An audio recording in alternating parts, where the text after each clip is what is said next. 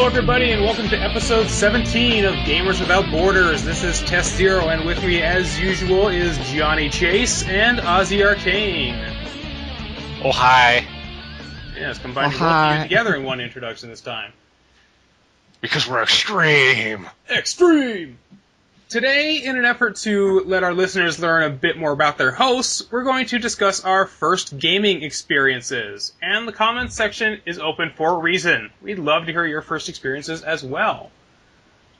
So, let's get started with the first game you played. Who wants to begin? I'll take a stab at this. The first game I ever played, now, I think I was maybe like 3 years old. My parents had the Intellivision Mark II. It's the white one, as opposed to that big wooden colored one. The first one I ever played was Snafu, Take on Snakes. Oh, right, yeah, Snafu, like the Tron cycles almost. Yeah, almost like Tron. Actually, coincidentally, the second game I ever played was Tron Deadly Discs, but that's one of the games that I got on Microsoft's Game Room platform, because you can get like old 2600 Intellivision and old arcade games on that thing, and that's probably the first one I bought, just because so many memories and like so many different game types, because like you didn't just have like the standard one-on-one, it was like 4-player, even though the Intellivision wasn't capable of 4-player, it just had the 2 paddles, but or it may have been maybe 2 players. I don't remember. Didn't the 2 paddles plug into one port? Then you could plug in 2 sets of paddles into the 2 different ports? No, the Mark II, it only had the controllers were built in. You couldn't remove them. The only one around that time that you could remove them was the 2600 or the ColecoVision. So I remember the Intellivision, it must have been the Mark I that you actually could remove the controllers from it, but they were like really deep recessed into the hardware. So you had to like really reach in there to pull it out. Oh. Yeah, but there were different game types on there. You could change, basically with the keypad, you could program how many rounds you could go, how many lives, as well as like when you pick the different game types, it was either you can only move in 4 directions, up, down, left, right, or if you switch to a higher game type, you could actually go in diagonal. When that got a little bit crazy, because you could actually overlap some people's snake patterns if you were lucky. Oh, wow. Yeah, but as far as memories go, like the earliest memory I have is sitting on my floor watching Inspector Gadget on one of those old wooden cabinet TVs, and the first game I ever played on that TV was Snafu on Intellivision. I think my first one, it was probably a lot of people's first one. It was Super Mario Brothers. And we got this on Christmas Day. We got our new Nintendo, and of course, we were a family of 3 kids, so of course you had to share it, and then they went and put it in my sister's room. So, the first game we did play, we had the combo pack Super Mario Brothers Duck Hunt, so we took turns playing Super Mario Brothers, and then of course we switched over to Duck Hunt, and we just kind of played that throughout the morning, and then we did the rest of our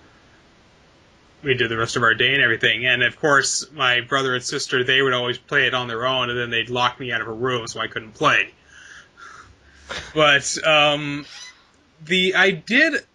another really early gaming experience I had, and of course this was when I was like maybe 2 or 3 years old. I was really freaking young, so I really don't remember it. But the one that I really clearly remember was also on the Intellivision. I might have told this story before, but my brother was playing Las Vegas Blackjack and Poker on the Intellivision. It was like the game that shipped with it. Because, when we got the NES, that wasn't actually our first system. My dad had owned like an Atari 2600, an original Pong console, and an Intellivision. And he had those like out in the garage, and occasionally we would haul them in and hook them up and play with them. So my brother had really gotten into playing the Blackjack and Poker game. And he ended up getting a really good hand. So he got up to run and tell my mom, like, "Hey, Mom, look at this awesome hand I got." I think he got like a straight flush or something. And so I was like 3 years old or something, and I crawled over to it, and I looked at the Intellivision controller, and he had the overlay on it. So I couldn't read, I didn't know my numbers or anything, but I saw the smiling face of the dealer right there on number 5. So I pressed that, and that ended up trading away one of his cards. And my brother came back and he was like, "God damn it, dog, I'm gonna fucking kill you." Of course, he didn't say that because he was like 5 years old at the time. So it was like, he doesn't know what he's doing. He's a kid. It's like, he ruined my hand. It's like, "Dog, why don't you go out of here? Why don't you go watch Super Mario Brothers on TV or something?" So yeah, that was one of my earliest gaming memories. But I definitely know we played Super Mario Brothers before then. And I was actually specifically requesting particular babysitters because they knew how to beat Super Mario Brothers. They thought that was funny. So, Ozzy, how about you? Well, the thing is, NES was not my very first system, and even if it was, talking about Super Mario isn't all that interesting because, so many people already know about it. But Yeah. the very first system I had was the Odyssey 2. My parents had that, I think, from before I was born, or they got it before I was, old enough to really understand anything. But the first game I played, I don't remember if it was Munchkin or if it was its sequel, Crazy Chase, both of which were terrible ripoffs of Pac-Man. They weren't very good. And I remember the entire time I had the Odyssey 2, I was really jealous of, I think it was my uncle or something that actually had an Atari, because the Atari actually had good games, and basically everything on the Odyssey 2 was a ripoff of an Atari game. But the first game that I really have any real fond memories of playing was Bruce Lee on the Commodore 64. I think that was the first game I really started playing a lot. And if I had really just stuck with the Odyssey 2, I probably wouldn't have ended up being as big a gamer as I am because those games were horrible. But Yeah, well, I think the Odyssey 2, that was one of the later, that was like the early 1980s. So that was like right before the video games crash. That was one of the things that was inundated with just shitty shovelware games. Yeah. But Bruce Lee for the Commodore 64 was incredibly hilarious because I remember playing this with my friends because, for one thing, the secondary player gets to control one of the bad guys that keeps respawning to try and kill Bruce Lee. There's 2 of them. There's this fat green guy. I don't know why he's green. And there's a ninja. Probably color sprite limitations. There's a ninja. And the hilarious thing is, the enemies can accidentally hit each other. And Bruce Lee, when he ducks, literally plasters himself down flat on the ground so nothing can hit him. So you could just have the second player attack the other ninja? What usually would happen is my friend would be trying to hit me, I'd duck, the ninja would run up, take a swing at me anyhow, stab him, so he'd just get pissed off and beat the shit out of the ninja repeatedly.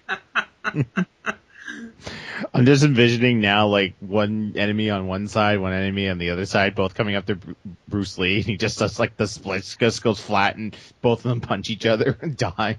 That might have happened in one of the movies. That's pretty much what it's like, but it was like a platformer action game. I mean, it was more combat oriented than something like Mario, but there was still a lot of platforming in it. It was weird. They had stuff in it that you would never really associate with Bruce Lee. There's areas you go through where there's an electrical floor where a spark comes across it and you have to jump over it or you'll get shocked and die.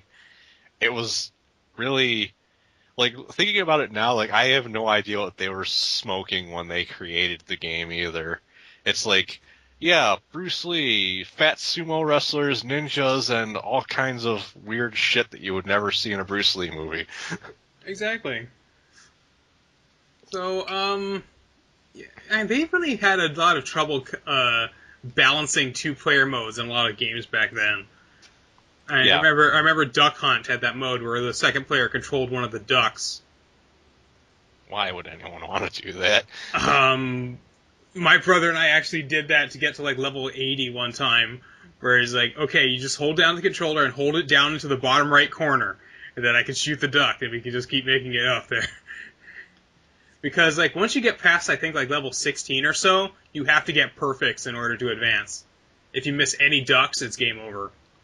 because you have to get at least 10 ducks in every round, and that's as many as you have. Yeah. So I guess let's move on to the first game you ever beat.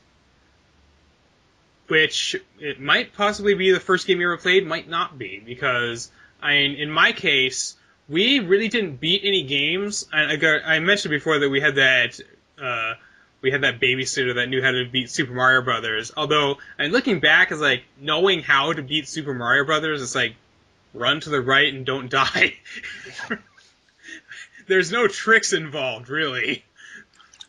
Other than the, like, infinite lives code, or the infinite lives glitch, which, by the way, did you know, Miyamoto was embarrassed that that glitch was in the game?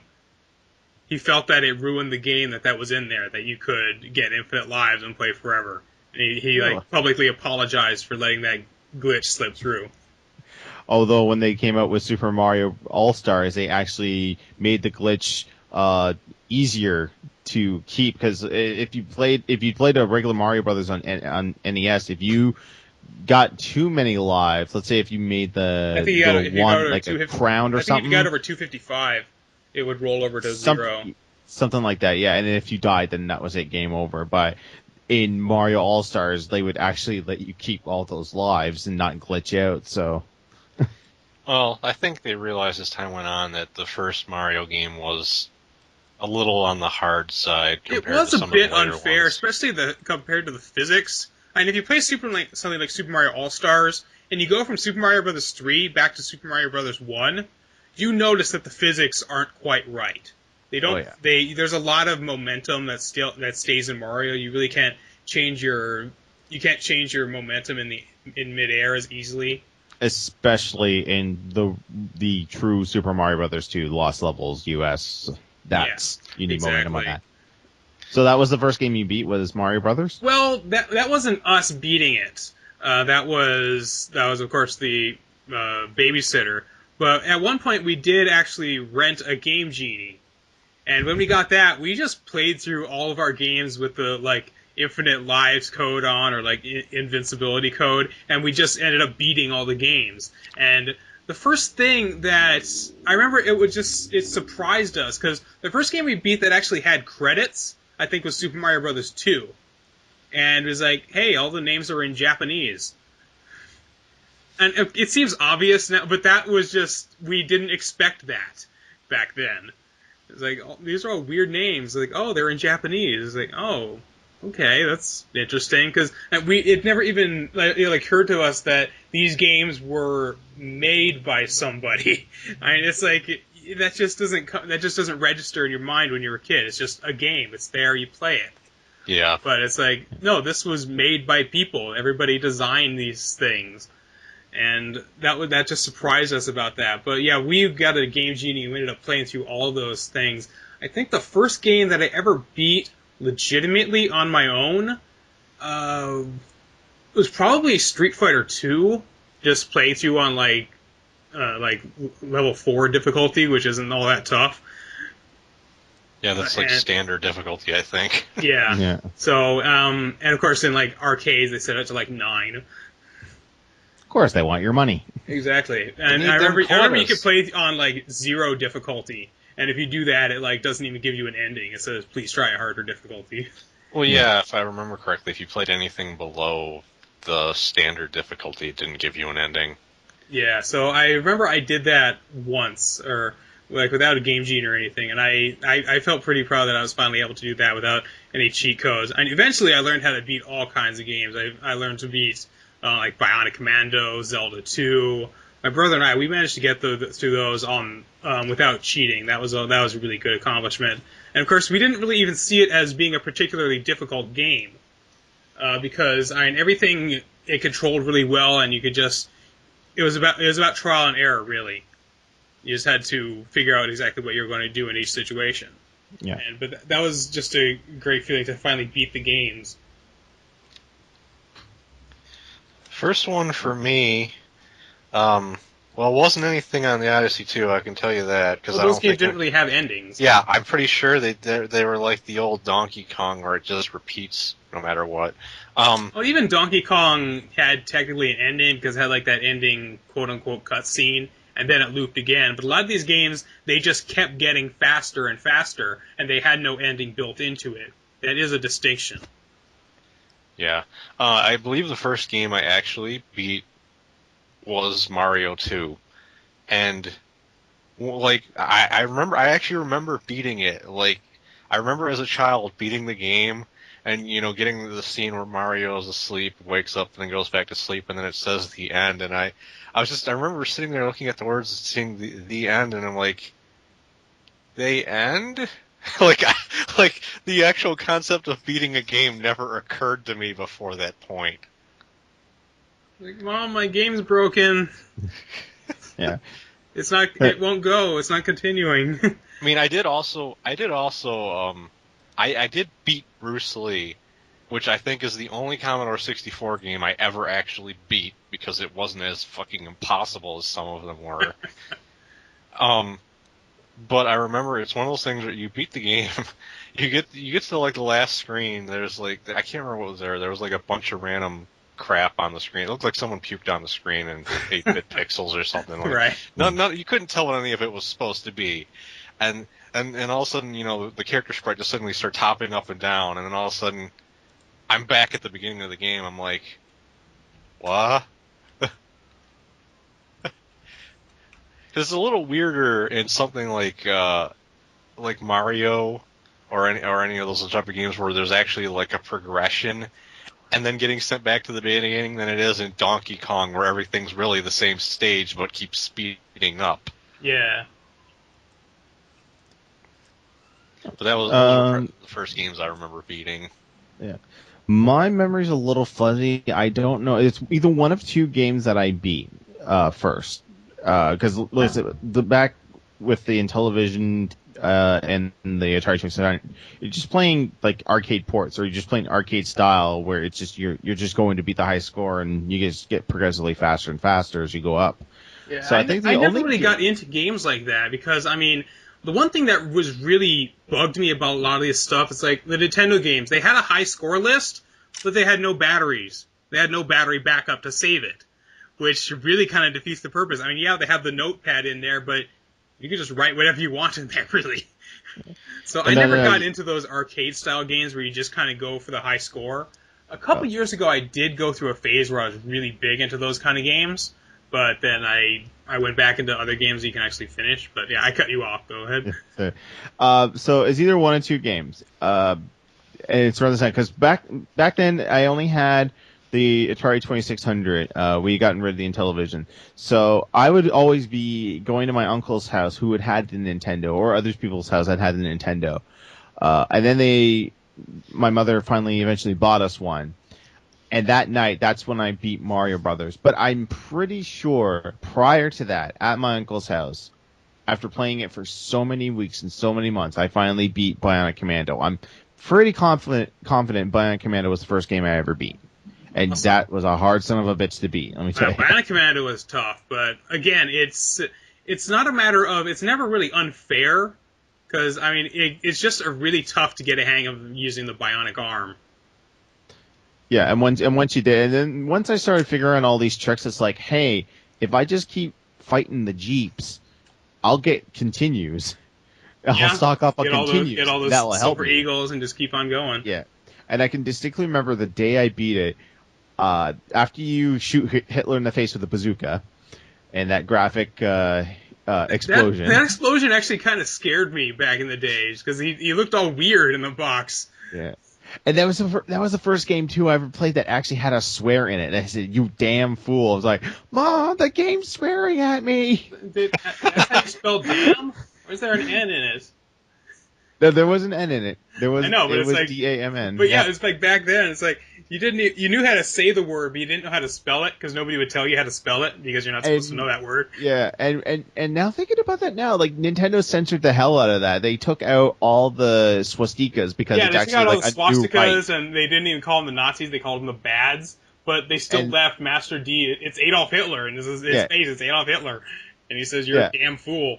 Damn's okay, but Hitler and Nazis aren't okay. Well, Maybe it was But- maybe it's because it was the end of the game and nobody wanted to admit that they couldn't get that far. Well, what happened was after I shoot Hitler in the face, and then it gives you that evacuate or it will explode without an E. Explode. Explode. So then you fight the pink RoboCop. I don't remember the name. I just call him Pink RoboCop. RoboCop. Soldier. Yeah. I get out, you get 60 seconds to escape. I got to the very top with 1 second left, and then they played the cutscene. It was like, is Super Joe still inside? Oh, I better go back in. I'm like, no! I screamed at the TV, no, you fool! What are you doing? You fool! Yeah, but if it wasn't Mario Brothers the night we finally got our Nintendo, and that was the first time I ever beaten the game too, Mario Brothers. Like, the day we got the Nintendo, I beat Mario Brothers. I was like, okay, now what? I'm very confident it was Bionic Commando was the first game I ever beat. Funny thing though, mentioning them taking out the Nazis, is they did do the same thing years later with Wolfenstein 3D when that was on the Super Nintendo. That was fun. That was silly. Hitler was renamed the Statesmeister. Didn't he have hair? Yeah, and then id Software's just like, oh, we'll show you, Nintendo. Hey, Wisdom Tree, want our engine to make a Noah's Ark game? Super 3D Noah's Ark. Yeah. Did you ever have to deal with people, because we all started gaming at a really young age, and it was a lot. It was really important in our lives. I think it'd be safe to say, right? And it's instead of going home and hanging out with people, I'd play video games. Of course, we didn't have that many video games, so I did hang out with a lot of people. When I did hang out with them, usually we played video games together. But did you ever have to deal with people? I know I ran into a lot of people at school where it's I would be talking about video games, and it was just my small circle of friends that were really into them. But then other people would come up to us and say, "You guys talking about video games?" Yeah. I was like, "Don't you ever go outside? Don't you ever have play?" And it's no, we play video games. And of course, we're outside when they're talking to us, so it's kind of a moot question to ask. But yeah, of course, this was back then. It's video games was just such an alien concept to them that, and of course I grew up in a fairly not very upscale neighborhood. I went to a public school in a predominantly Hispanic neighborhood, so a lot of them didn't have much money, so they had to kind of play outside. They didn't have money for game systems, and if they did have a TV, their parents were always watching their telenovelas or whatever. Not to try to be racist or anything. But did you guys ever have to deal with the public stigma about gamers? Because there certainly was a bit of a bigger one back then than there is now. Not really. For me, it was just the fact that I lived in a very, very, very rural. I lived out pretty much in the mountains, and not too many people out there my age, except for just my next door neighbor. We trade games all the time, but once he moved into the town closer to our school, that was it for me. Basically, I did have a small circle of friends. We were kind of into gaming.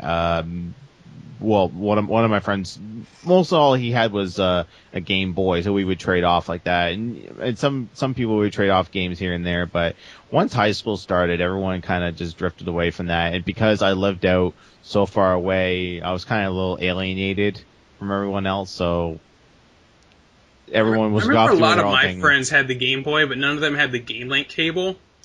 And it's if I would ask, and of course the parents didn't know anything about these things, so it's I asked their mom, she was like, "Do you have the Game Link cable?" And I think I was asking, "Do you have the game Link cable?" There's a game called Link Cable out there. It's just whatever's in the box. It's I don't know. He plays these Pokemon games. I don't know. Yeah. I had the Link cable, but the only thing that anyone ever had was Tetris, so we had to play multiplayer Tetris. I played Tetris with my friend. And of course, the thing back then is you had to both have that game. That was the thing. And of course, everybody had Tetris because that's the game that came with the Game Boy. Yeah. And yeah. I love Tetris. I think it's a great game. I know Ozzie, you're not too big of a fan of Tetris. Yeah, anyone who saw my review knows that. Anyone who saw your score on the Nintendo World Championships knows that. Let's not get into that. To be fair, Tetris was the last game, and I usually took forever just to get to it.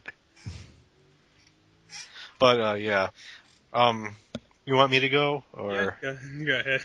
I had some interesting situations with with video game stigmas. I never really dealt with it when I was a little kid. I think that might be partially because I live in Royal Oak, and at the time, Michigan wasn't, in the hole as far as the economy goes like it is now, thanks to the car companies. Um, but when I was in high school, it was actually the opposite. Like if you didn't like Pokemon, people thought there was something wrong with you. But conversely, once I was an adult, I started seeing people that were younger than me that were having issues where, they didn't want to admit they played certain games or whatever.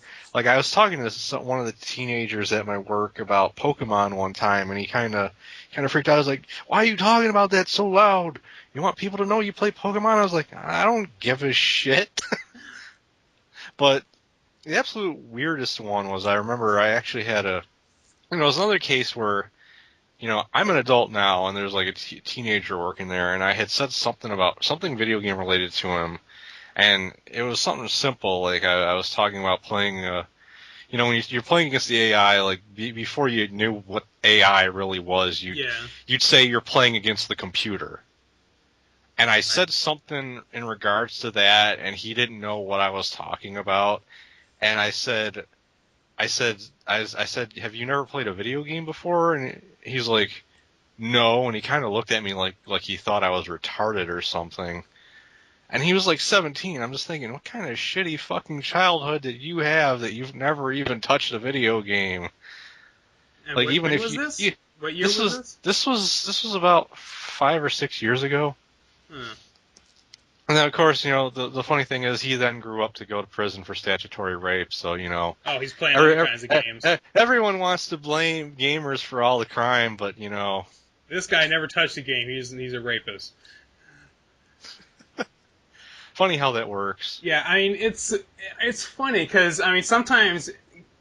Because a lot of parents would equate video game time to TV time. So it's like you could either watch TV or you could play video games. And, of course, a lot of them didn't... Of course, back in the early games, this was just... A game was a game, and it was just... Time was interchangeable. Because if you're playing arcade games, you could join at any point, and the game is essentially the same. But if you're playing something like Super Mario Brothers, where you have to work for like 20 minutes to half an hour to get to stage 8, and then it's like, okay, game's over, okay, time to stop playing and turn it off, it's time for dinner, and it's like, you have just spent you can't just pause it and start again at another time. Or you can't just turn it off and start again another time, or they want to watch Wheel of Fortune because it's 7 o'clock, and so you have to turn the game off, because they think that it's just game time is interchangeable with other game time. It's just whatever the mentality is in their head, is that the game time is all exactly the same.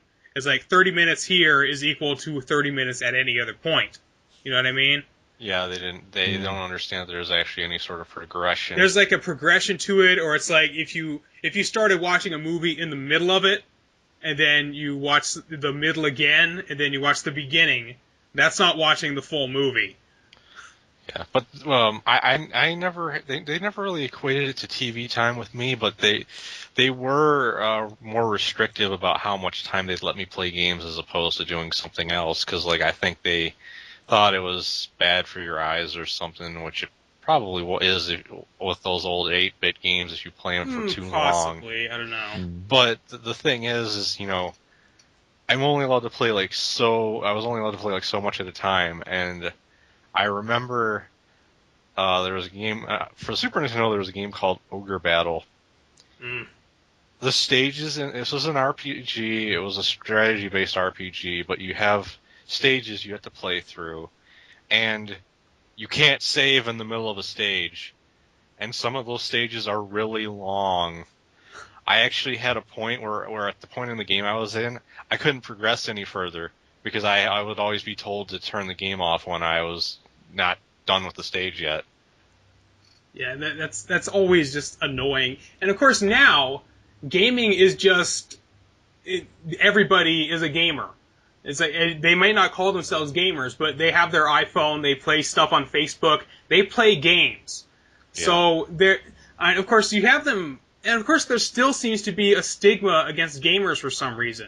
And it's like if you're on a bus and there's people out that have their iPhones that have like an iPad out there, they're playing like Candy Crush or they're playing Farmville or whatever, Angry Birds, whatever the games are today, and then they're all just doing whatever. But if you take out a DS and you start playing Spirit Tracks, everybody looks at you like, "What are you, 12 years old? Should you be on the bus at this age?" It's like, well, look at every fucking other person here. They're playing games too. Why can't I play a game that actually has some sort of a substance to it, something with an actual progression to it? It's one of those things where people don't understand other people that do things differently than them. They don't care to understand them, so they just kind of lump them in as bad. It's funny because of course they would call video games just like the same thing as a video game system. Like, I'm gonna take your video game and put it away. And it's like, no, that's my actual system. That's my video game system. My video game is right here. Yeah. So what would you say is the first game that got you into your favorite genre? Because everybody has their favorites, and it starts somewhere with everybody. I'm always curious if whether they realize that they like that type of game, or they just really liked that type of game to begin with, and then that got them into that genre. Yeah. Ozzie, how about we start with you? My first, the game that got me into my favorite genre, which is RPGs, primarily at the time JRPGs, was Dragon Warrior 1, which I got for free with a subscription to Nintendo Power, and it came with the strategy guide, so it's like, you couldn't get much more set up to just play the game than that. Yeah, exactly. They tell you everything you need, because that game is actually kind of vague in terms of what your objectives are. Even though there weren't that many objectives in it, but it was still kind of vague. Yeah, it's also incredibly hard if you don't know what to do, because totally. They give you next to no clues where you're supposed to go next, and you have to do things in a certain order. And you have to grind, too. You have to level grind a lot. Yeah. That was the first RPG I ever played. I played that before I played Final Fantasy. I actually still like Dragon Warrior 1 more than I like Final Fantasy 1, though from a gameplay standpoint, Final Fantasy 1 was more refined. Yeah, I think Final Fantasy 1 is a far superior game to Dragon Warrior, but I do like them both. I have both of them. That was like one of my earliest RPGs as well, was Dragon Warrior and Final Fantasy. Although I played Final Fantasy after I had played Final Fantasy 2, of course, Final Fantasy 4, Japanese. Yeah. I think the game that really cemented it completely for me was probably Final Fantasy 4, though, because the story and everything in that is just so detailed compared to like pretty much any RPG that came out before it. Or even any game on the Super Nintendo at that time. Yeah, well, RPGs, at least back in the 16-bit days, were always generally more story-centric than other games on the system. Oh yeah, totally. That's kind of the main draw. Yeah, I'm just gonna piggyback on you and say Final Fantasy 2 was Final Fantasy 2/4. That was really the game that kind of cemented my love of RPGs. Although I don't want to say that RPGs are my favorite genre, because I have pretty eclectic tastes in games. I'll play any game as long as it's good. I like RPGs. I like action games. I like action RPGs. I'll even play some sports games. I don't own many, but some of them can be fun. I mean, like NFL Blitz. I prefer the arcade style games to the realistic ones, because I figure it's unrealistic anyway. It's supposed to be crazy and fun. It's not supposed to be a simulator. But I tend to like a lot of the more of the action stuff. So stuff like Final Fantasy really got me into RPGs in the sense that if you were stuck in another game, you were stuck. You couldn't get through if there was an enemy that was too hard, if there was a boss that you just couldn't beat, you were screwed. You couldn't get any further. But RPGs like Final Fantasy, if you couldn't beat a boss, you could go out and level grind and get stronger and then come back and beat him eventually. As long as you persevered, you would make it through the game. And of course, also the storyline. The storylines in RPGs were so much more in depth than any other games of the time. I mean, Super Mario Brothers, it pretty much had no storyline. But then a game like Final Fantasy, which came out on the exact same system, had admittedly a very simple story, but there was a lot more happening there. There was a lot of places to visit, a lot of people to talk to, a lot of in-jokes that you could find. Like, here lies Erdrick, the main character from the Dragon Quest games. So I'd say Final Fantasy II, because in elementary school, I would actually, if I was bored in class, I would just start drawing all the different bosses from the game.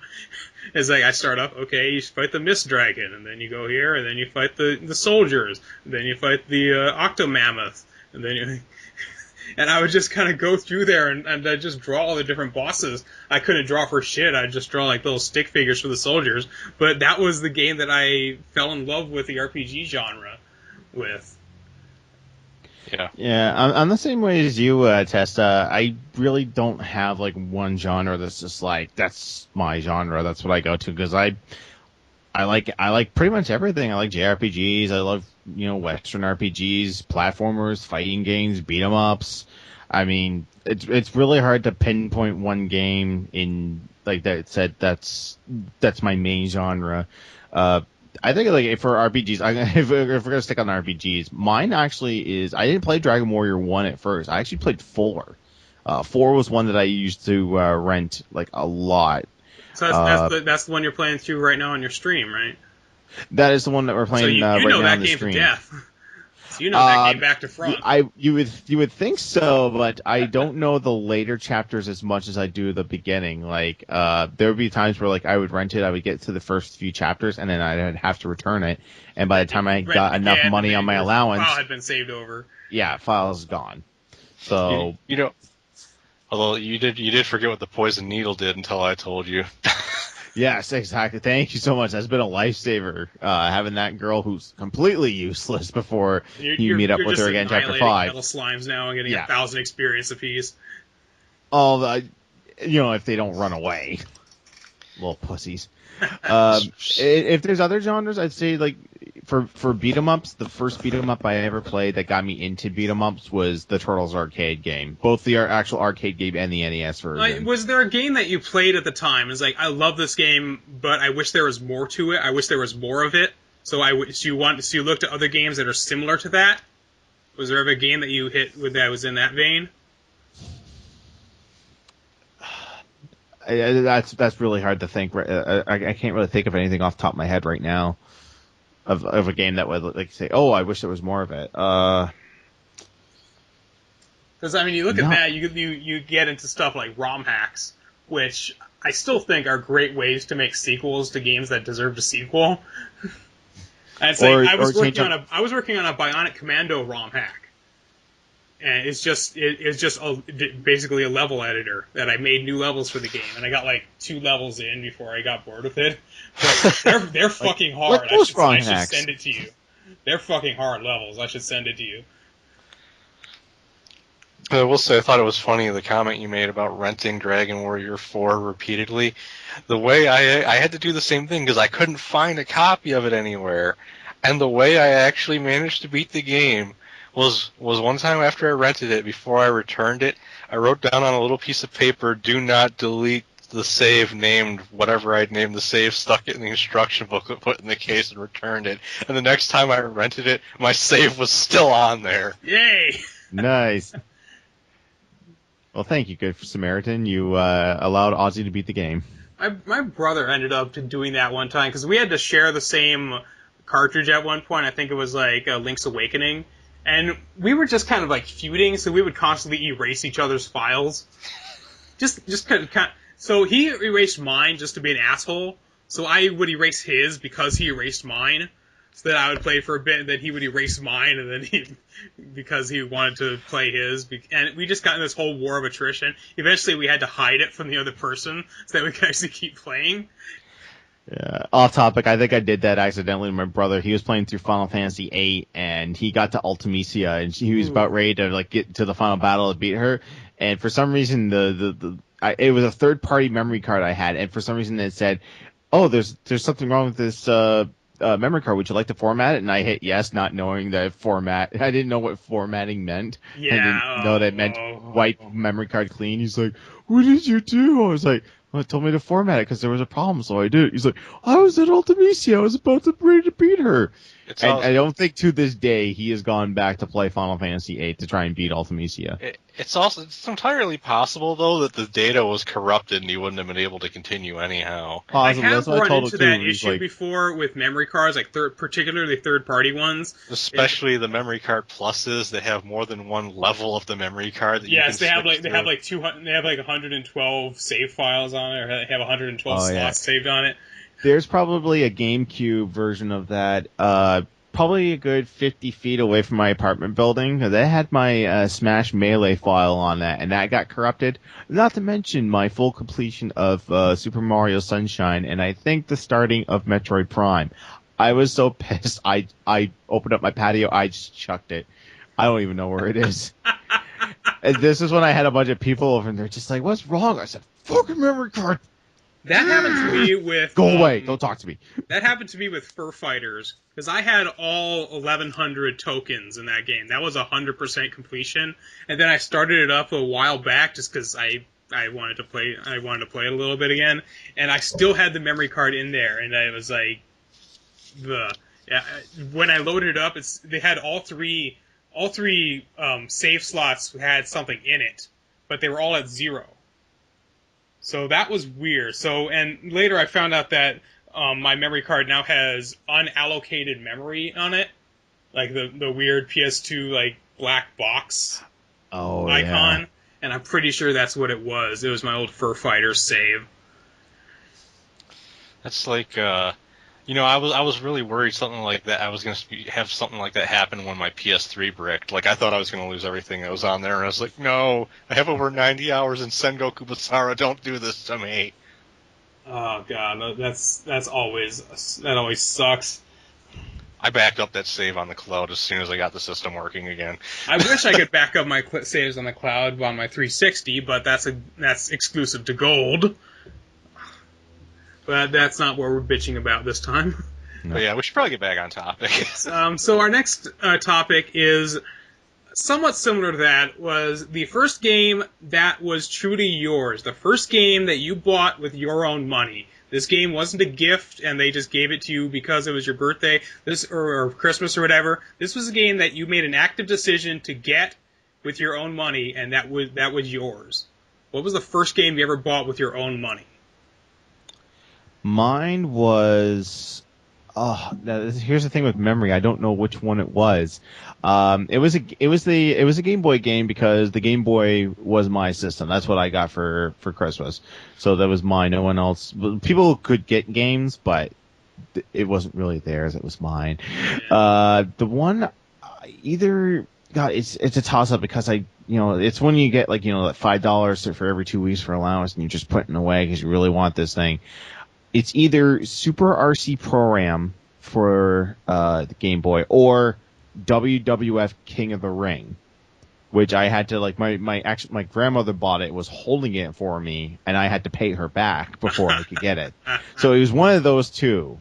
The Super RC Pro-Am I brought off a friend of mine who had an extra copy sealed. So yeah, it was either one of those two.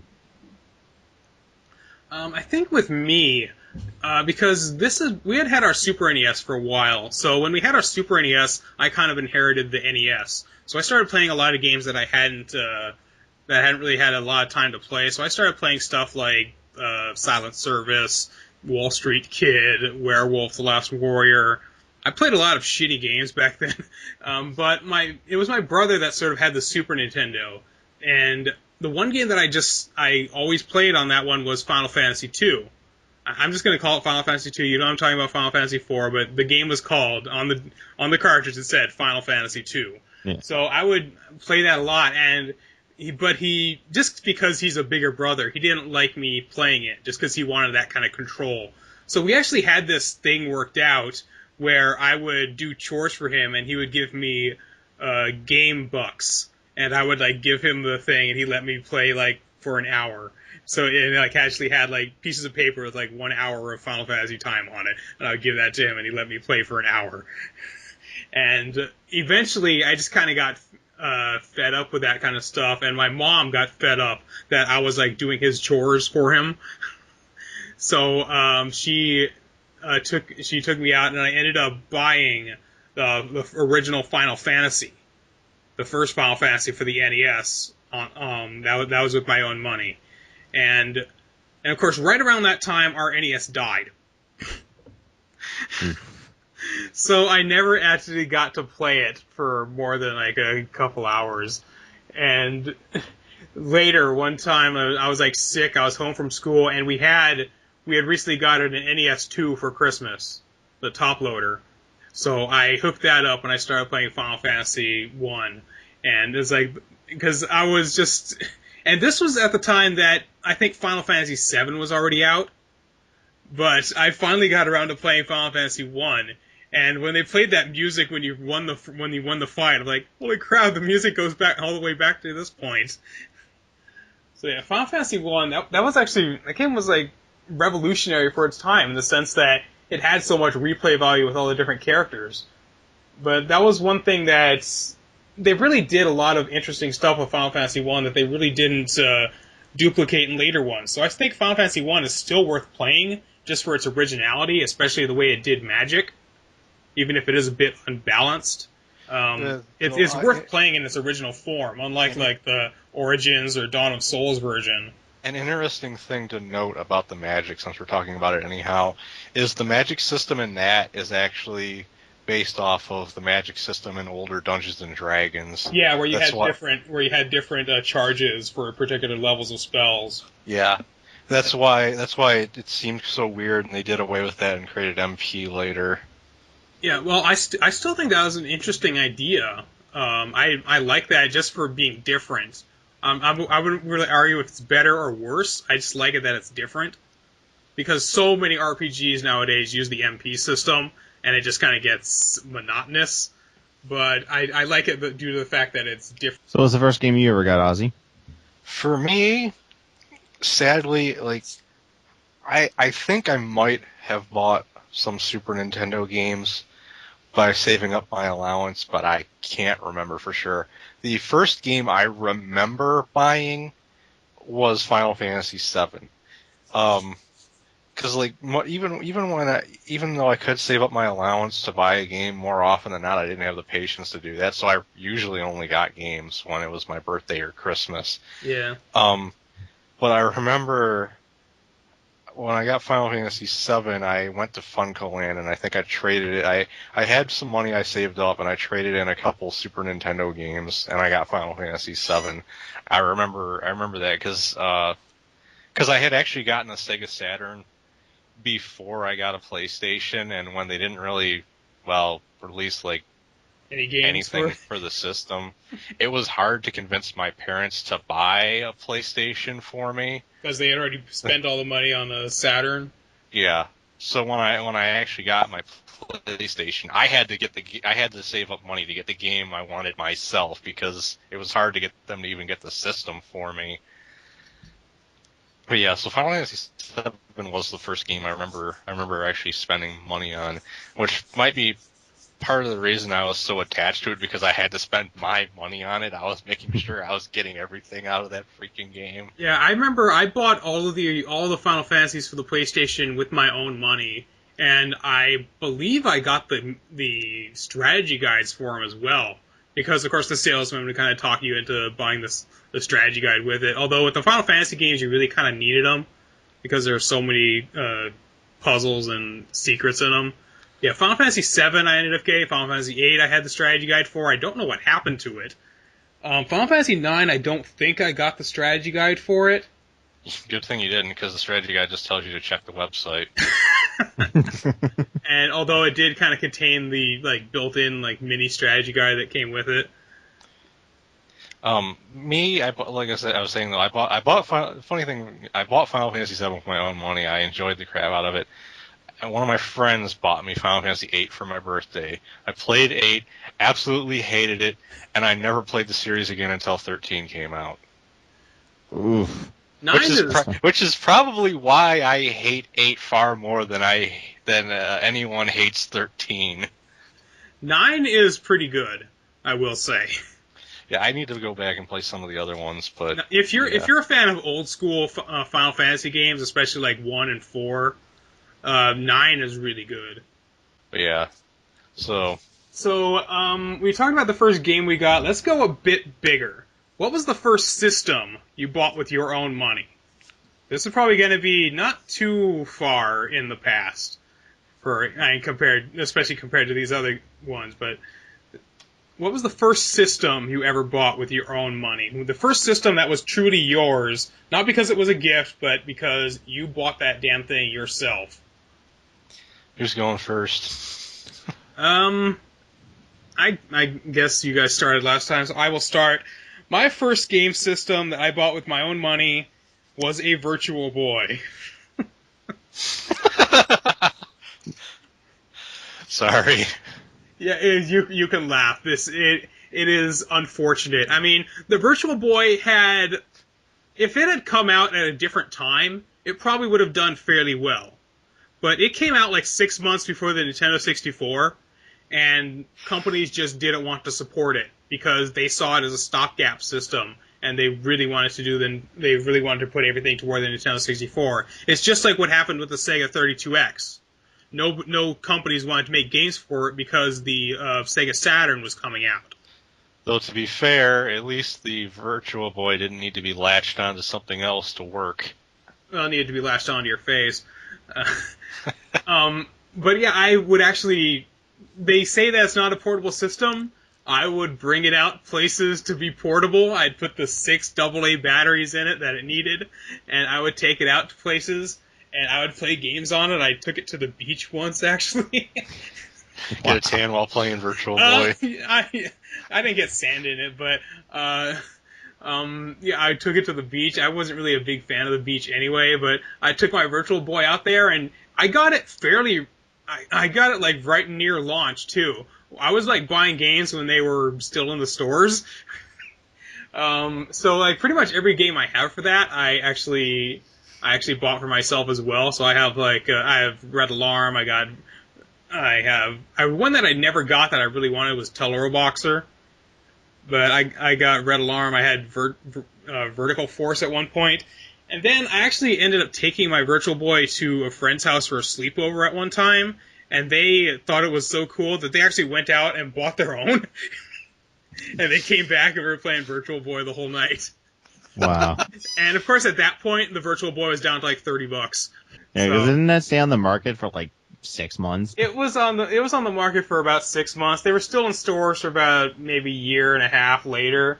But yeah, it did not last long, but I still have it, and unfortunately, the guy he ended up breaking the legs on my Virtual Boy. So I still have it, but it doesn't have the legs anymore. It Well, still works. I played it a year or so ago, and I was playing Panic Bomber on it. Well, just watch a few Nathan Barnett videos. Keith Abacary, he knows how to make straps for those things. I'd love to make straps for my Virtual Boy. I guess I'll go next. The first console I ever bought was Nintendo 64, and I actually bought it used off of a guy. I bought this back before the internet, and we had Craigslist and Kijiji where people could post free ads to say, "Hey, I'm selling this. Let's meet up here. You bring cash, I'll give you this." I actually got this through a WAN ad. Sometimes I have met people at Tim Hortons just to get Super Mario Kart and Bart's Nightmare on Super Nintendo. But besides that, I actually found it in the classifieds in the WAN ads of the local newspaper. It said, "Oh, it's a Nintendo 64 with the cables. I think it's Shadows of the Empire and Pilot Wings." And I think it was like $225, and this is when the Nintendo 64 was still young. So I thought that was a pretty good deal. So I saved up my money, and I went over to the guy's house, tested it out a little bit, and gave him the cash, walked out with it, and then my mom was snickering a little bit, and I was like, "What? What's wrong?" She's like, "You didn't read the full ad, did you?" I said, "Yeah, I did. It was a Nintendo 64, $225 OBO. I don't know what OBO Or means. best offer. Yeah, she's like, you could have whittled him down. I'm like, what? It's like, or best offer. You could have just said, oh, I'll take her for $200. You could have saved some money. I'm like, So I've learned to haggle over the years on certain things. So that was the only other one that I bought for myself. I actually went to a yard sale and I ended up getting 2 NES decks with 2 controllers and just one plug. They didn't have the other plug. And in one of the cartridge slots, they had Mario Brothers 2. And I ended up getting that for $0.25. Nice. Now, just to let you guys know, I want to tell a quick story here. Just to let you know where we've come now. Like, retro is so in, and retailers know this. I went to my local Value Village, a thrift store, a secondhand store. They had a complete NES control deck with the gray zapper, Mario Duck Hunt, hookups, everything else. A few years ago, when retro wasn't so in, I could have gotten that for maybe $14, $15, $54.99. I walked out of there with my head down in shame, and I swear to you, I am never going back to that store again for video games. T-shirts, geeky T-shirts, why not? Because they usually have some good ones. I found a Tron shirt there for $2. So I haven't really bought that many games for that many systems firsthand. A lot of the systems I own, I did buy secondhand. My Virtual Boy, I bought new. My Game Boy, I bought new. All my handhelds, I think I bought new, because handhelds are kind of... You got to be wary when you buy handhelds secondhand, because you don't know what they're doing out there with them portable. Yeah, trust me. My current DS Lite, I bought it secondhand, mostly to buy an R4 card off of it. Right. And Buddy didn't tell me, hey, the L button doesn't really work all that well. The L button on mine is kind of broken too, which is weird. But I bought my DS brand new, my DS Lite, of course. I bought my Game Boy brand new. I later broke it playing Super Mario Land 2. And I bought my Game Boy Pocket was a gift, but that was actually a funny story. We were in Michigan, and I had been playing with my cousins, and we'd been playing. I'd really gotten into the Pokemon card game on his cart, but of course, yeah, that only allows one save file. So when he started his new game, he erased mine. So I was kind of bummed about that. But it's like, what could I do? It's not my game anyway. So my mom went out and she actually bought me a Game Boy Pocket and the Pokemon card game. And then the last system I bought, the actual console I bought new, was my Xbox 360 Arcade. Everything else I bought secondhand. I bought my Wii secondhand. I bought that on Craigslist. That was like right near when it was really hard to find them. And I found my PS2 on Craigslist, and that came with a bunch of games as well. Okay, so Ozzie, I don't think we got to you. No, you didn't. I was waiting for you to stop talking about all the systems you bought. The first system I bought with my own money was the Sega Dreamcast, because apparently I didn't learn my lesson from the Saturn. Sega Dreamcast. Now, like with the Saturn, there were some gems on the system, but overall, if you wanted to actually have a lot of games to pick from, it was not the system to own. Yeah, the system itself was really impressive for its time, but again, it didn't really have the support that Sega needed. And a large part of the reason it died is because it was the easiest console to pirate games for in the history of games. Yes, GD-ROM. All you had to do was burn the game onto a CD, put it in, and it works. You'd think that would make the system sell better.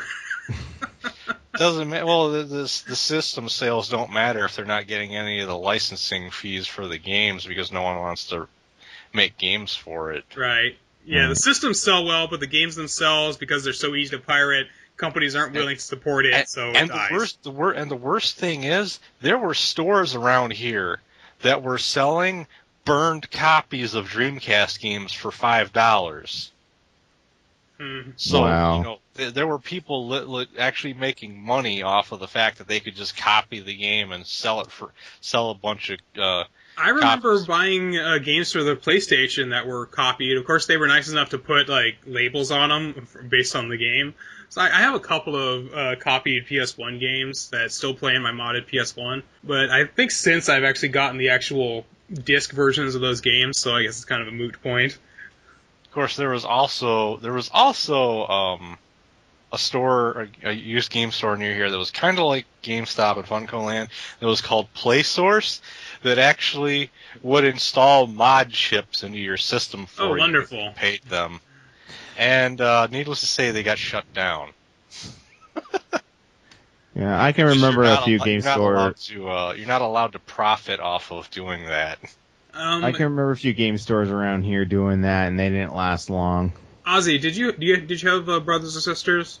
No, I'm an only child. Johnny? Yeah, older sister, younger brother. When you bought your own system, were you still with them? Did you ever use that as leverage? Like, you can't play this. This is my system. Not really, no. Your own games? No.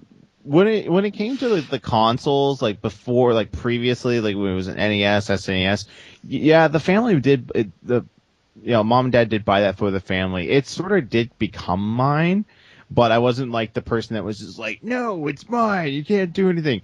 I mean, I was the bigger gamer of the house. Like my brother played a few games here and there, but that was it. I think the only game that my sister really played was Kirby Superstar. Like that was the only game that she would ever play. And when she had her friends over, they would play as well. That was it. So I didn't really have to be the guy to. A lot of times, your siblings. My brother would do that not because he didn't want me playing it, but because he knew I wanted to play it. And he wanted to have that kind of power over me. He was just that kind of a person. There may have been one or two times when I was just like, no, I'm going to play something on it. You can play after. And then once you grow older and, you mature a little bit, and they'll just be like, oh, mind if I just pop in Mario 64? Yeah, go ahead. Yeah, go ahead. I'm working on something right now. Yeah. So, I guess that does it for this episode. Make sure you tell us in your comments below. Tell us about your earliest gaming memories, earliest gaming experiences, the first game you played, the first game you beat. If you ever had to deal with the gamer stigma, either today or years in the past, the first game that got you into your favorite genre, whatever that might be, first game you bought with your own money, first system you bought with your own money, or anything that we might have missed talking about, anything you might like us to talk about in a later episode, make sure you leave a comment below. Johnny, where can everybody find you? They can find me on youtube.com/achievementwhorejohn. .handsometom. Ozzie, and yourself. You can find me at planetarcane.blogspot.com and Ozzie Arcane on YouTube. And you can find me at TestZero.net, and you can find us all at reviewersunknown.com. Also, this is not a paid advertisement or anything. I just really want to support them. The Speed Demos Archive is going to be doing Summer Games Done Quick. By the time you're hearing this podcast, is already out. So go over to speeddemosarchive.com. They're playing for charity of Doctors Without Borders, not to be confused with Gamers Without Borders. So check them out if you want to see a lot of great games done very quickly. Until next time, we will see you folks later.